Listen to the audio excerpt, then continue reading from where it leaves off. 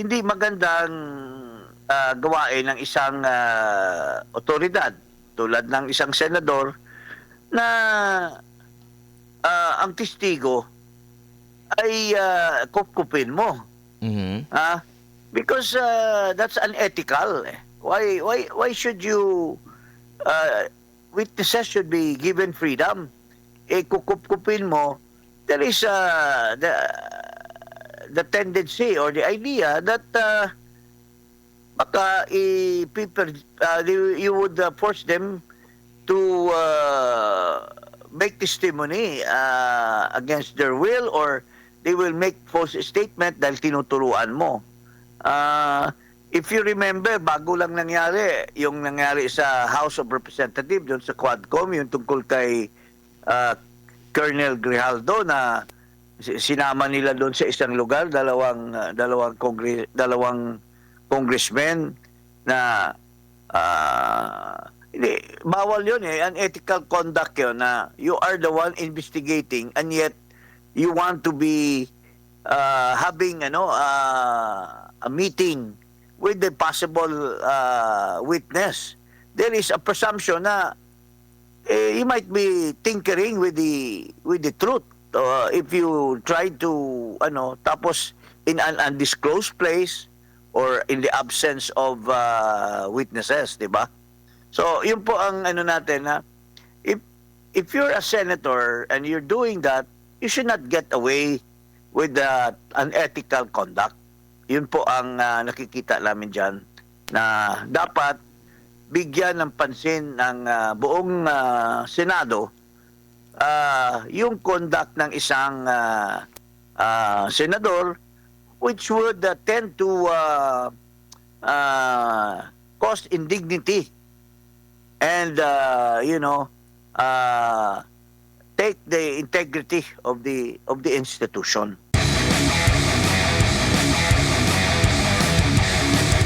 Maliban dito po sa issue ng sinuhulan na testigo laban dito sa kay OJC, kay Pastor Apollo C. Quiboloy, former President Rodrigo Duterte and Vice President Sara Duterte, meron pang dalawang issue or insidente ng panunuhol at meron pang issue doon sa umano'y kidnapping ng mga minor de edad. Maaari niyo po bang maibahagi sa amin yung attorney yung pinakalaman nitong complaint laban dito kay Hontiveros? Well, marami ng instances kasi na involved si Senator Hontiveros sa mga ganitong uri ng paglabag ng katotohanan, no? Or to use people to achieve her ends. For instance, in the case of Pastor Quiboloy, mahirap naman po na imbestigahan mo ang isang tao tapos i-accuse mo na may kasalanan, pero ang to prove that this person is wrong is the use of false witnesses or perjured testimony. So, in the case of Senator Hontiveros, nung personal experience ko, at the same time, kami ni Attorney Topacio, sometime in 2017, no? If you remember, kadamihan ng ating mga kababayan, siguro naalala nila yung pangyayari nung pinatay yung isang bata na si Kian de los Santos. Tungkol po sa akusasyon sa pagpatay ng kay Kian, there were 3 young witnesses. Tatlong minor de edad, at ito po ay testigo sana doon sa pag-imbestiga ng Senado. Pagkatapos ng unang hearing, yung 3 bata hindi na nabalik sa magulang, at ito ay kinuha at kinupkup ni Senator Hontiveros. At that time, I was not yet with the government. I was together with Attorney Topacio. We were legal advisor of the Volunteer Against Crime and Corruption. And the then President Dante Jimenez asked us to help kasi yung tatay nitong tatlong bata ay nagreklamo na hindi na daw niya nakita yung mga anak niya.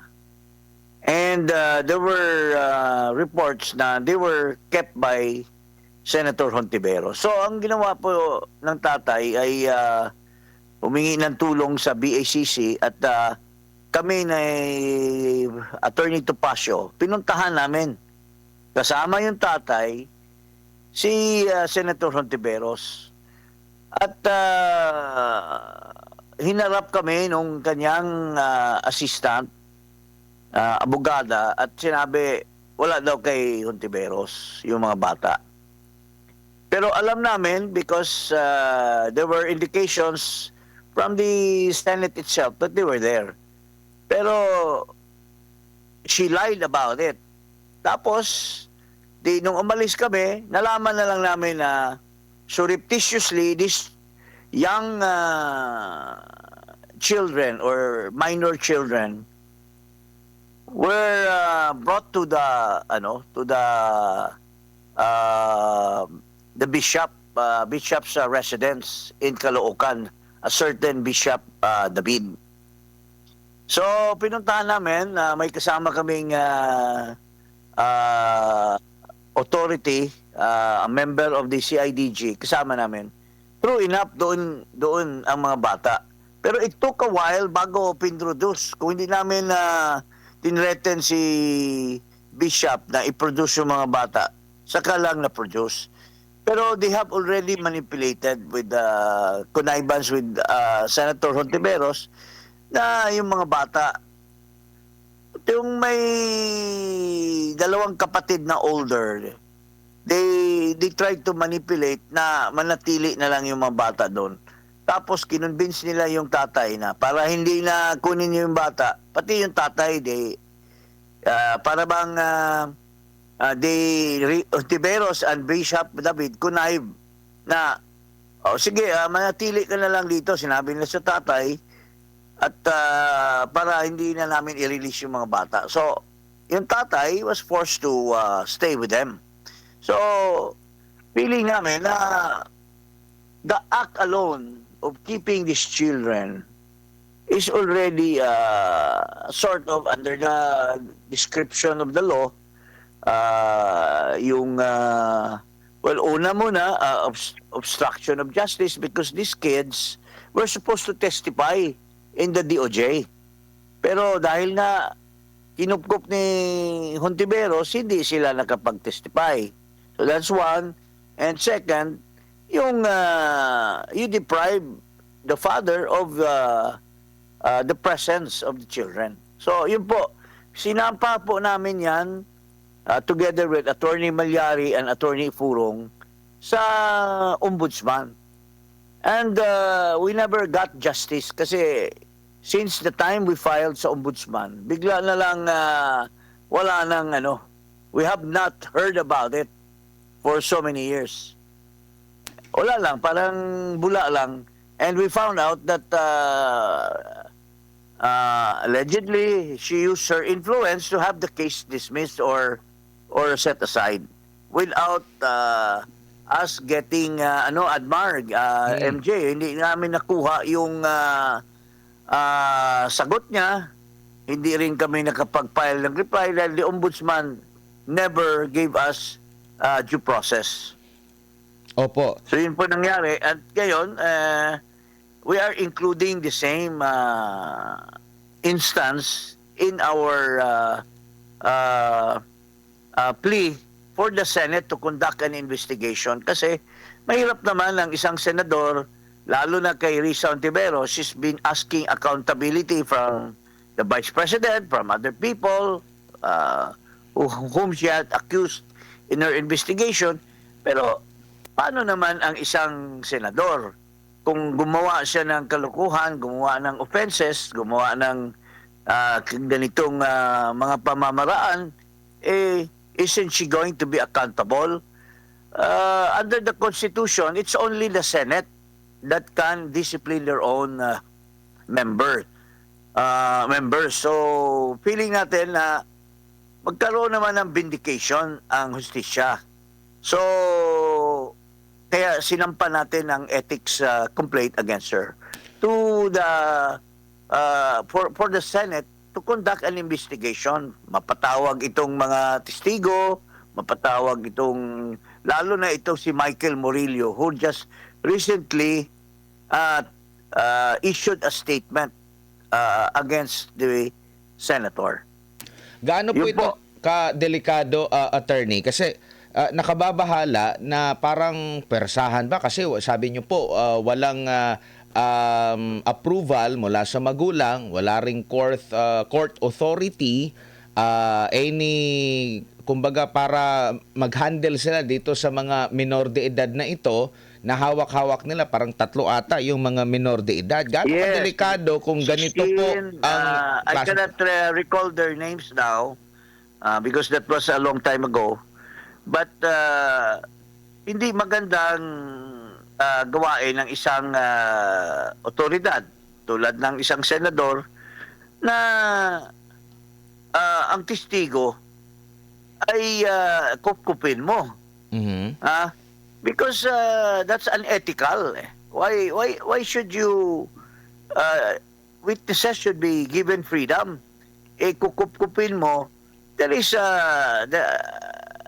the tendency or the idea that baka you would force them to make testimony against their will, or they will make false statement dahil tinuturuan mo.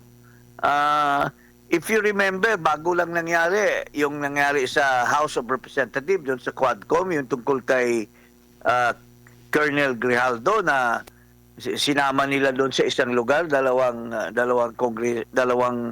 congressmen na hindi, bawal yun unethical conduct yun na you are the one investigating and yet you want to be having a meeting with the possible witness. There is a presumption na you might be tinkering with the truth.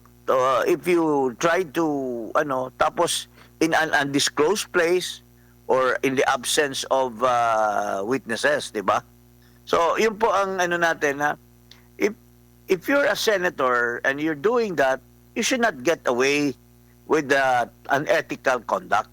Yun po ang nakikita namin dyan na dapat bigyan ng pansin ng buong Senado yung conduct ng isang senador which would tend to cause indignity and take the integrity of the institution.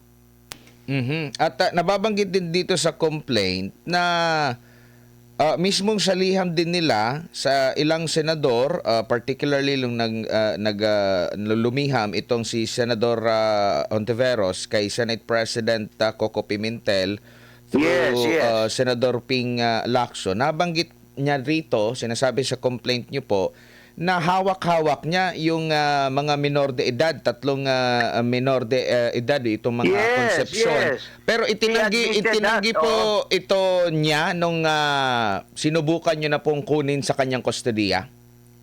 Yeah, she refused to meet with us. It was only yung underling niya. And she denied the fact that she was in custody. Wala daw sa kanya. When she herself admitted to the Senate President and to Senator Ping Lacson that she was in custody of those children. Opo. Attorney, That act alone is very unethical kasi these were possible at that time kasi if you recall ang senaryo kasi noon that was the height of the war on drugs. And the left movement, which Senator Hontiveros belongs, they were so eager to pin down then President Rodrigo Duterte to be responsible for the alleged killings of innocent persons daw na biktima sa war on drugs. So they want to, ang feeling ko at the time, they want to use the children na may kinalaman directly si President Duterte sa kamatayan ni Kian de Los Santos. So there was motive on her part to use these children. So why should you have a motive? Well, if you have some being a senator, let these independent minor children do their testimony. Pero if you try to hold on them, that's part of perjuring of the witness. Yun po ang ano doon. Yun po ang unethical conduct by a senator. Nabanggit nyo rin po dito sa complaint po ninyo, dito sa number 9, page 3, sinasabi rito, Respondent Hontiveros Barakel and her co-conspirators then brought the minors and their siblings to an undisclosed location and without informing the authorities and the parents of the minors of their whereabouts. Worse, the subject minor, pinangalanan dito, who is an eyewitness in the said De Los Santos Lake case, was not turned over either to the DSWD or to the DOJ for processing and inclusion in its Witness Protection Program or WPP despite the demand of Public Attorney's Office or PAO and the pleadings of the parents of the victims to turn over the minor witness, pinangalanan, to PAO or to DOJ, NBI. So itong hindi po nila ginawa, dapat ito yung kanilang sinunod para walang problema po, attorney. Tama po yun at alam naman ni Senator Hontiveros na nag-conduct ng investigation in the process at the time ng ang DOJ at saka ang Public Attorney's Office who were supposed to be asked to provide legal assistance. At the time it was Attorney Persida Acosta, if I recall, who was active participated in the process na matumbok yung cause ng pagkamatay ni Kian. So ito yung mga eyewitnesses. Tapos, how can a senator think care with the current investigation? So, hinahanap ng DOJ at saka ng PAO yung mga bata. Opo. At mayroon siyang admission na nasa kanyang custody yung mga bata through her letter to the Senate President. So she cannot deny that fact.